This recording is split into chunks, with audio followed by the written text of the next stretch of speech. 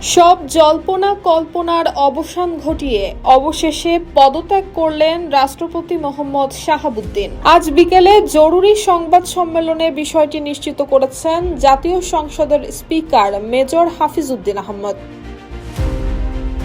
চিকিৎসার জন্য ব্যাংককে গিয়েছিলেন স্পিকার।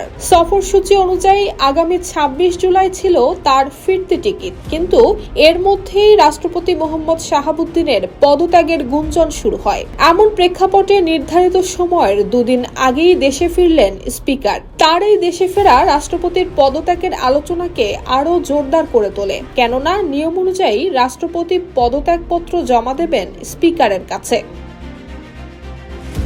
২০২৩ সালের ২৪ এপ্রিল আওয়ামী লীগের মনোনয়নে বাংলাদেশের ২২তম রাষ্ট্রপতি হিসেবে শপথ নেন মোহাম্মদ শাহাবুদ্দিন। দায়িত্বে থাকাকালে ৩ বছরে শপথ পড়িয়েছেন ৩টি আলাদা সরকারকে, যা বাংলাদেশের ইতিহাসে নজিরবিহীন। এভাবেই কোটি কোটি মানুষের ঘরে দেশ জুড়ে ফ্রিজ একটাই, ওয়ালটন। ২০২৪ সালের ৫ আগস্টের রাজনৈতিক পট পরিবর্তনের পর রাষ্ট্রপতি মোহাম্মদ শাহাবুদ্দিনকে অপসারণের দাবি তোলে বৈষম্য বিরোধী ছাত্র আন্দোলন সহ আরও কয়েকটি দল। তবে সাংবিধানিক জটিলতা থাকায় সেই দাবি স্থগিত হয়ে যায়। রাষ্ট্রপতির পদত্যাগের পর নতুন রাষ্ট্রপতি নির্বাচিত না হওয়া পর্যন্ত স্পিকারই রাষ্ট্রপতির দায়িত্ব পালন করেন, আর নির্বাচন কমিশনের উপর বর্তায় একটি রাষ্ট্রপতি নির্বাচনের ভার। ৯০ দিনের মধ্যে নিয়ম অনুযায়ী সেই নির্বাচন সম্পন্ন করে ইসি।